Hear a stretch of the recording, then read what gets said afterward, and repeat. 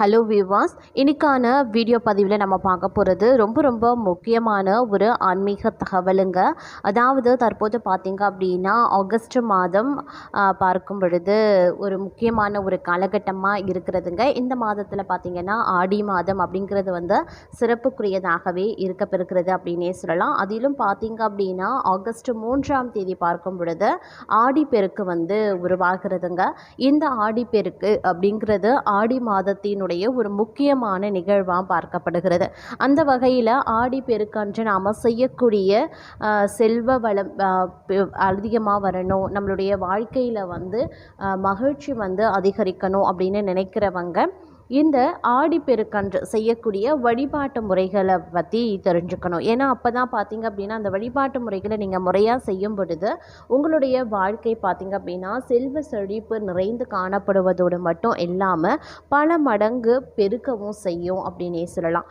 சரி, இப்போது இந்த ஆடிப்பெருக்கு அன்னைக்கு நாம் எப்படி வழிபடணும், எந்த இடத்துல வழிபடணும், அதற்கான வழிமுறைகள் என்னென்ன அப்படிங்கிறத பற்றி இன்றைக்கி வீடியோவில் தெரிஞ்சுக்கலாம். ஸோ இந்த பதிவு ஸ்கிப் பண்ணாமல் கடைசி வரைக்கும் பாருங்கள், உங்களுக்கு ரொம்ப பயனுள்ளதாக இருக்கும். வீடியோக்குள்ளே போகிறதுக்கு முன்னாடி இது வரைக்கும் நீங்கள் நம்ம சேனலை சப்ஸ்கிரைப் பண்ணலை அப்படின்னா உடனே சப்ஸ்கிரைப் பண்ணிக்கோங்க. அப்படியே பக்கத்தில் இருக்கக்கூடிய நோட்டிஃபிகேஷனுக்கான பில் பட்டனையும் ப்ரெஸ் பண்ணிக்கோங்க. சரி நேயர்களே, வாங்க வீடியோக்குள்ளே போகலாம்.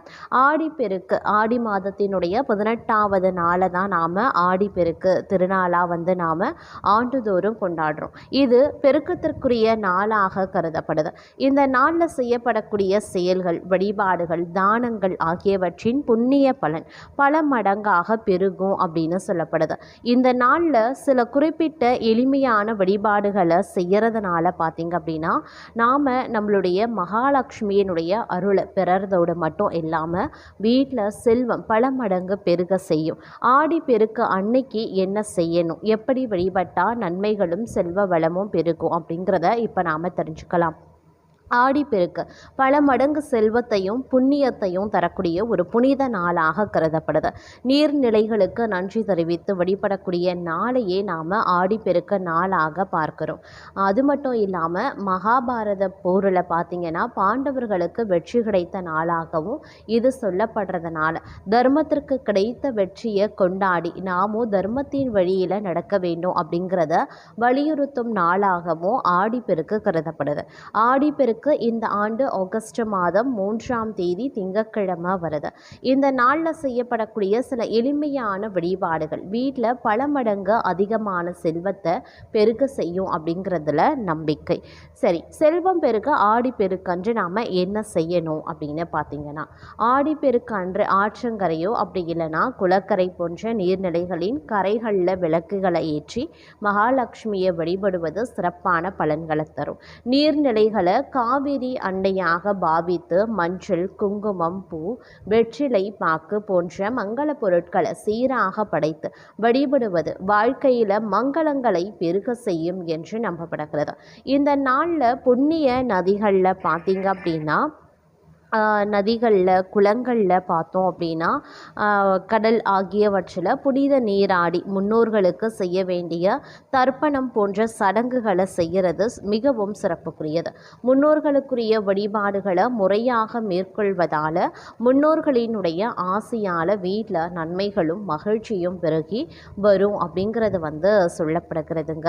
அது மட்டும் இல்லாமல் திருமணமான சுமங்கலி பெண்கள் ஆடிப்பெருக்கு நாளன்று தாலிக்கயிறு மாற்றிக்கொள்ளலாம். பொதுவாகவே திருமணமான பெண்கள் வருடத்தின் 2 நாட்களில் தாலிக்கயிறு மாற்றிக்கொள்வது சிறப்பானதாகவும் மங்களகரமானதாகவும் கருதப்படுது.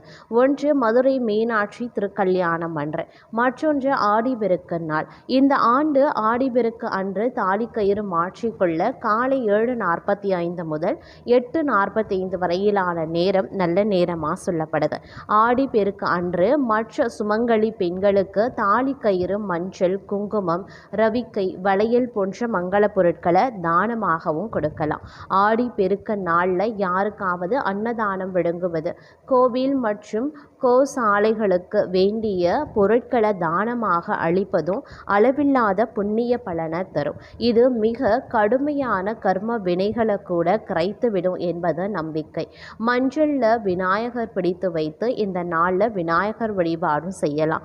மஞ்சளுடன் கொஞ்சம் தண்ணீர், அப்படி இல்லைன்னா பசும்பால் விட்டு பிடித்து வெற்றிலை அல்லது வாழை இலையின் மீது வைத்து விநாயகரை வழிபட வேண்டும். இது எளிமையான வழிபாடாக இருந்தாலும் மிகவும் சக்தி வாய்ந்த வழிபாடாக கருதப்படுது. இது தடைகளை நீக்கவும் சுபகாரியங்கள் தடையின்றி நடக்கவும் செய்யப்படக்கூடிய வழிபாடு அப்படின்னே சொல்லலாம். பசுமாட்டிற்கு பூஜைகள் செய்து அவற்றிற்கு தேவையான உணவுகளை கொடுத்து வழிபடலாம். ஆடிப்பெருக்கு அன்று தினசரி வீட்டில் சமையலுக்கு பயன்படுத்தக்கூடிய அரிசி, பருப்பு போன்ற பொருட்கள் குறையாமல் வாங்கி நிரப்பி வைக்கணும். ஆடிப்பெருக்கு அன்று தங்க நகை வாங்க முடியாதவங்க செல்வம் பெருக கல்லுப்பு, மஞ்சள் ஆகியவற்றை சிறிதளவாவது வாங்கி வைக்கலாம். ஆடிப்பெருக்கு அன்னைக்கு குபேரருக்கு நாணயங்களால் அர்ச்சனை செய்து வழிபட்டால் வீட்டில் குபேர பூஜை செய்து வழிபடுவதும் மிகவும் சிறப்புக்குரியது. அதே போல் ஆடிப்பெருக்கன்று பார்த்திங்க அப்படின்னா லக்ஷ்மி குபேர மந்திரத்தை 108 முறை சொல்லி அர்ச்சனை செய்து வருவதன் மூலமாக வீட்டில் குறையாமல் செல்வம் பெருகி கொண்டே இருக்கும். சூரியன் மற்றும் புதன் கிரகம் சேரக்கூடிய நாளையே நாம் ஆடிப்பெருக்கு அப்படின்னு சொல்கிறதுனால இந்த நாளில் வீட்டில் நவதானியங்கள் வாங்கி வைத்து நாம் வழிபாடு செய்கிறது மேலும் பல நன்மைகளை அதிகரிக்கும் அப்படின்னே கூட சொல்லலாம். ஆடிப்பெருக்கு 2026வது ஆண்டு ஆகஸ்ட் மாதம் 3வது நாள் திங்கட்கிழமை வருகிறது. அதாவது ஆடி மாதத்தினுடைய 18வது நாள் அன்று கொண்டாடப்படுகிறது. இது காவிரி போன்ற நதிகளையும் நீர்நிலைகளையும் போற்றி நன்றி செலுத்தக்கூடிய ஒரு பாரம்பரிய தமிழ் திருவிழாவாக கொண்டாடுறோம். இதில் முக்கிய வழிபாடுகள் சடங்குகள் அப்படின்னு சொல்லணும்னா புனித நீராடுவது. காவிரி மற்றும் பிற நதிக்கரைகளில் மக்கள் கூடி நீராடி வழிபடுவாங்க. அதே மாதிரி தாலிக்கயிறு மாற்றுவது. திருமணமான சுமங்கலி பெண்கள் புதிய மஞ்சள் தாலிக்கயிறு மாற்றி புதுப்பித்துக் கொள்வாங்க. அதே மாதிரி படையல் வைக்கிறது. காவடி சாதம், கலவை சாதம், சர்க்கரை பொங்கல், தேங்காய் சாதம் படைச்சி நெய் விளக்கு ஏற்றி காவேரி அம்மனை வழிபடுவாங்க. அதே மாதிரி தானங்கள் அளிக்கிறது. மற்ற பெண்களுக்கு மஞ்சள், குங்குமம், வளையல் மற்றும் மங்கள பொருட்களை வழங்குறது ரொம்பவே சிறப்புக்குரியது இந்த காலகட்டத்தில் அப்படின்னு சொல்லலாம்.